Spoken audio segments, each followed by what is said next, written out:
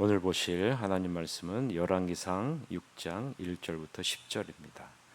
열왕기상 6장 1절부터 10절 말씀 보겠습니다.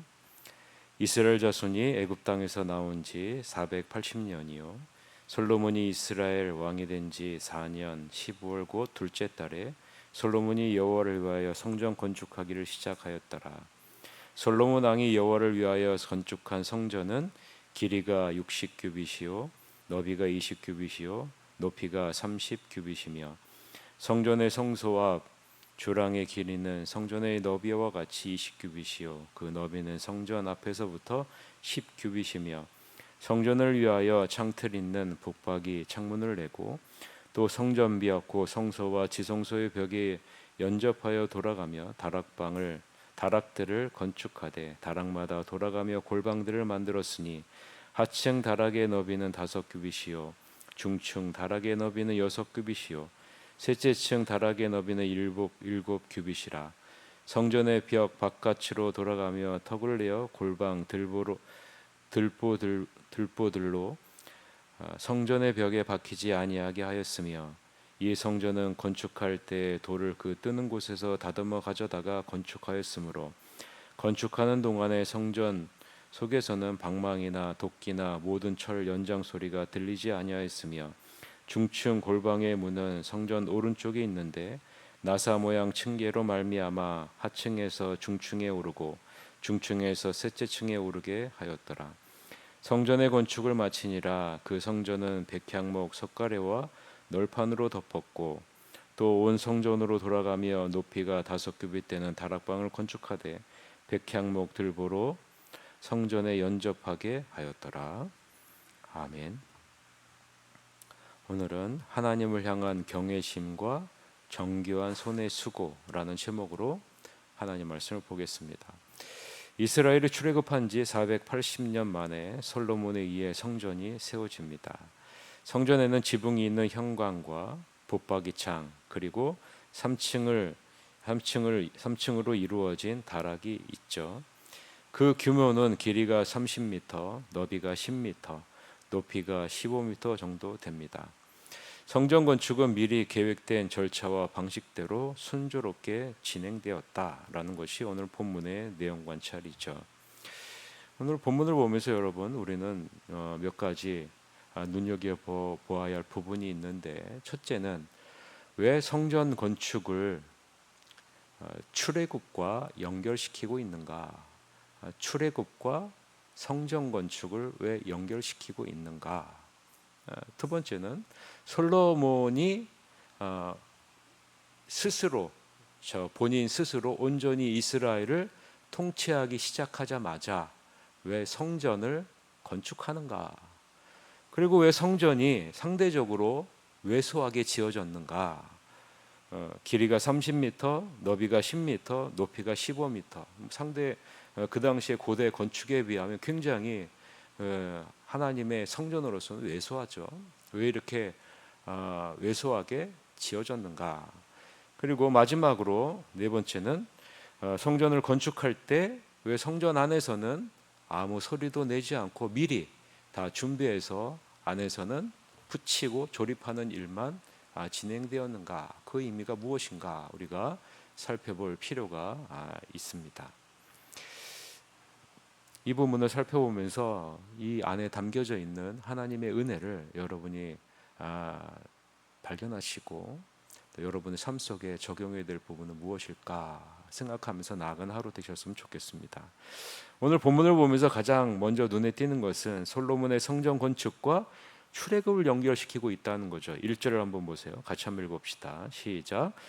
이스라엘 자손이 애굽 땅에서 나온 지 480년이요 솔로몬이 이스라엘이 왕이 된 지 4년 15월 곧 둘째 달에 솔로몬이 여호와를 위하여 성전 건축하기를 시작하였더라 라고 말합니다.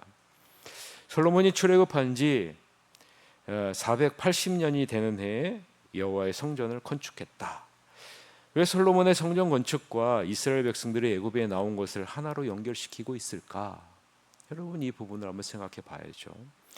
이스라엘 백성들이 애굽에서 나온 것은 이스라엘이 이제 한 국가가 되었다, 한 국가로 시작한다라는 것을 의미하죠. 왜요?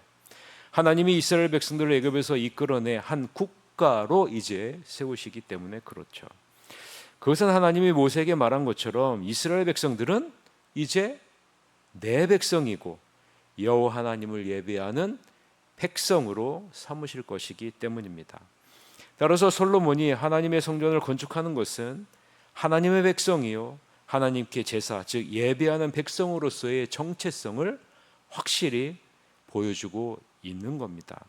따라서 성전 건축은 이스라엘 역사의 절정이죠. 성전은 출애굽의 목적이자 완성이라는 것을 지금 솔로몬이 보여주고 있는 겁니다. 왜냐하면 하나님이 이스라엘 백성들을 선택하시고 많은 자비로 애굽에서 구원하여 자기 백성을 삼으신 것은 그 이유가 뭡니까? 하나님이 이들과 함께 하시고 교제하기를 바라시기 때문 아니겠습니까?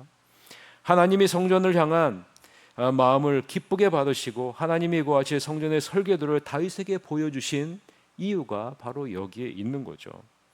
하나님이 우리와 만나 서로 교제하기를 바라신 하나님의 마음의 표현이 바로 이 성전 안에 담겨져 있기 때문에 그렇습니다. 그래서 다윗이 솔로몬에게 이렇게 말하죠. 역대상 28장 19절부터 20절에 보면 다윗이 이르되 여호와의 손이 내게 임하여 이 모든 일의 설계를 그려 나에게 알려주셨느니라. 또 그의 아들 솔로몬에게 이르되 너는 강하고 담대하게 이 일을 행하라.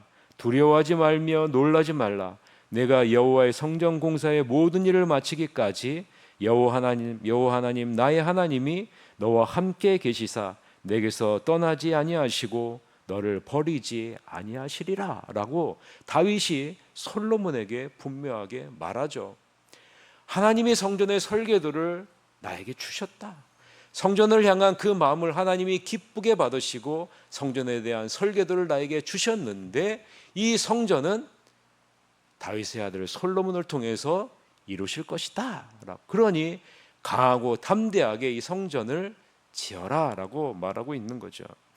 그래서 이러한 성전에 대한 하나님의 마음을 알고 있는 솔로몬은요, 자신의 독립적인 통치가 시작되자마자 무엇을 해요? 하나님의 성전을 건축하기 시작한 겁니다. 솔로몬의 마음이 하나님의 마음과 얼마나 밀접하게 연결되어져 있는지, 얼마나 그 마음이 가까이 다가가 있는지를 알 수 있는 부분이죠. 이러한 모습이 바로 믿음이 있는 자의 모습 아니겠습니까? 하나님의 마음을 알고 하나님의 열심을 깨닫고 그 일을 최선을 다해 이루는 그 모습이 바로 믿음을 가진 자의 모습이라는 거죠.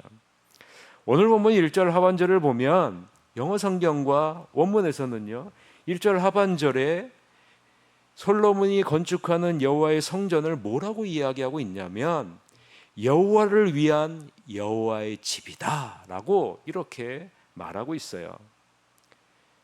여호와를 위한 여호와의 집이라. 여러분, 성전이 여호와의 집으로 불려지는 이유가 무엇이겠습니까? 그 이유는 여호와 하나님에 의해 지시되고 설계되었기 때문이 그런 거죠. 그것에는 건축자의 무한한 지혜가 담겨져 있어요. 하나님은 모세에게 성막의 설계도를 주셨듯이 다윗에게 성령의 설계도를 주셨고 그대로 건축하게 하십니다. 그리고 하나님은 그곳에 임재하셔서 하나님의 백성과 교제할 것이기 때문에 그러는 거예요. 언제까지요?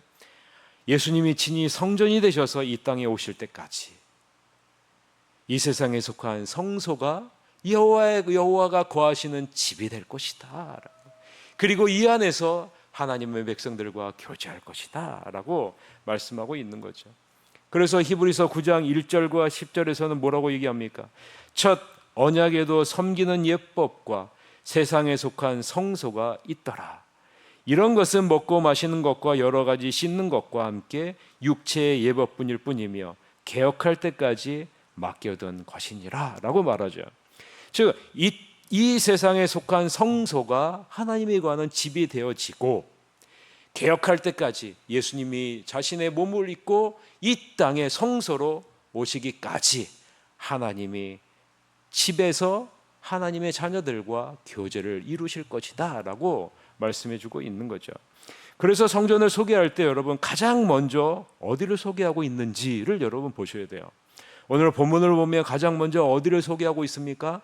현관과 창과 다락을 가장 먼저 소개합니다. 여러분 성전을 지금 소개하고 있는데요. 성전을 소개하고 있는데 가장 먼저 어디를 소개하고 있냐면 현관, 그리고 창, 그리고 다락을 소개하고 있다는 거예요. 현관은 무엇입니까? 사람이 출입하는 곳이잖아요. 사람이 출입하는 곳. 창은요, 빛의 오고감을 뜻하잖아요. 창을 통해서 환기가 되어지고 창을 통해서 빛이 들어오고 나가죠. 다락은요, 제사장들과 기물들의 드나들음에 의해 지어졌기 때문에 그런 거예요. 성전의 첫 설명에서 현관과 창과 다락을 설명하는 이유가 무엇이라고요?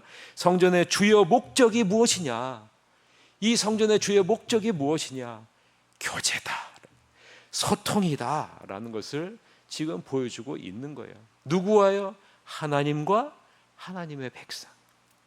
교제하고 소통하는 것이 바로 여호와의 집의 기능이다 라고 지금 말씀해주고 있는 겁니다. 하나님이 친히 모세에게 다윗에게 설계도를 그려주면서 성막과 성전을 건축하도록 하신 이유가 무엇이라고요? 하나님이 우리와 교제하기를 원하시기 때문에 그런 거예요. 하나님이 우리와 소통하기를 원하신다라는 거죠. 그래서 그곳을 여호와의 집이라, 여호와가 임재하시는 집이라 라고 말씀하고 있는 거죠.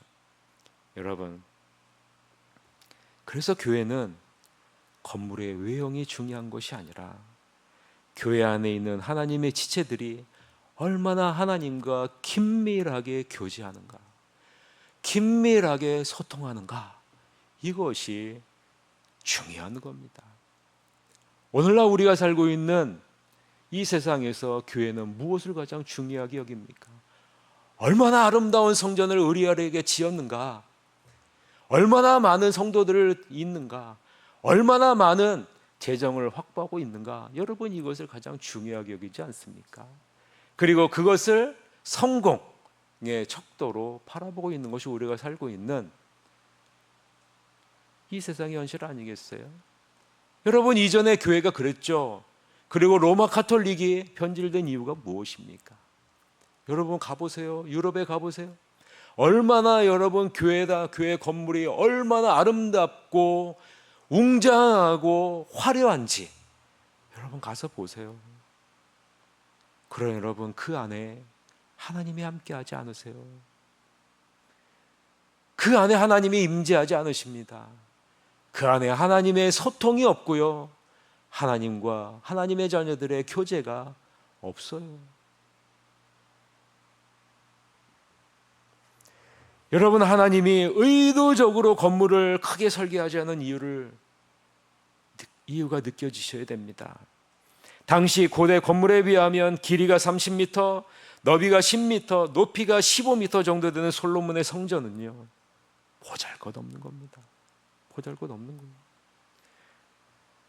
왜 하나님이 이러한 성전을 짓도록 설계도를 주셨을까요? 이왕이면 여러분 길이가 적어도 수백 미터, 너비가 적어도 수백 미터, 높이가 적어도 100m 이상 되는 그 웅장한 건물을 지어야 되는 것 아니겠습니까?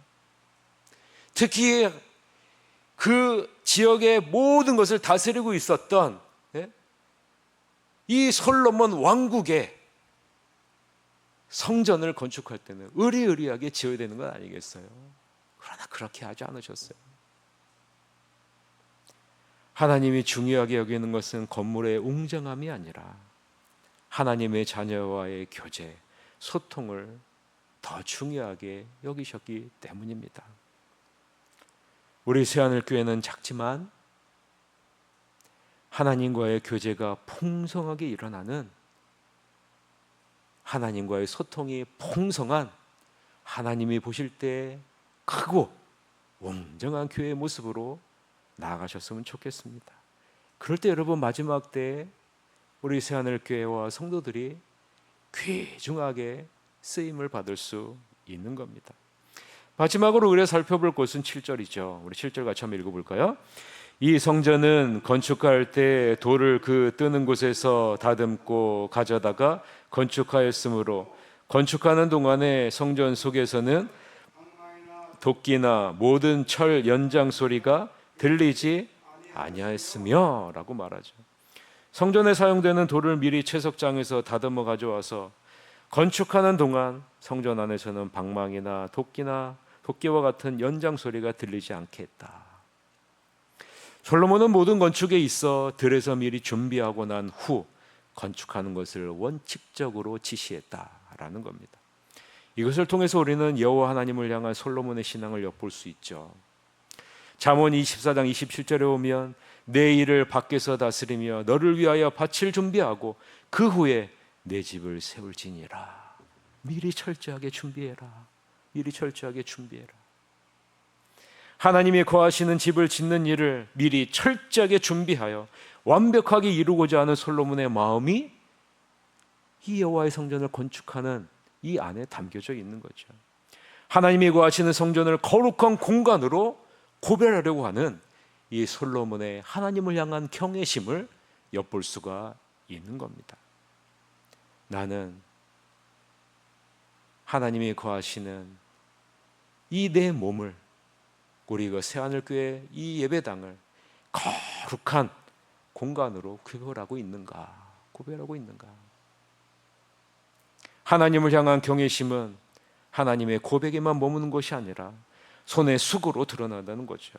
보세요. 솔로몬은 마지막 성전의 석가래와 널판을 덮는 일까지 세심하게 마무리하는 것을 우리가 오늘 본문을 통해서 볼 수 있지 않습니까? 말씀을 맺겠습니다. 여호와의 성전을 건축하는 과정에서 우리는 솔로몬이 얼마나 여호와를 경외하는 마음을 품고 있는지, 얼마나 정교한 섬김의 자세로 서 있는지를 보게 됩니다. 오늘 성령 하나님이 계시는 성전된 여러분의 삶도 솔로몬과 같이 여호와를 경외하는 마음과 정교한 섬김의 자세를 갖춤으로 하나님과 긴밀한 교제를 가짐으로 하나님의 선한 뜻을 이루는 일에 귀하게 쓰임받는 여러분이 되시기를 주님의 이름으로 간절히 축원합니다. 기도하시겠습니다.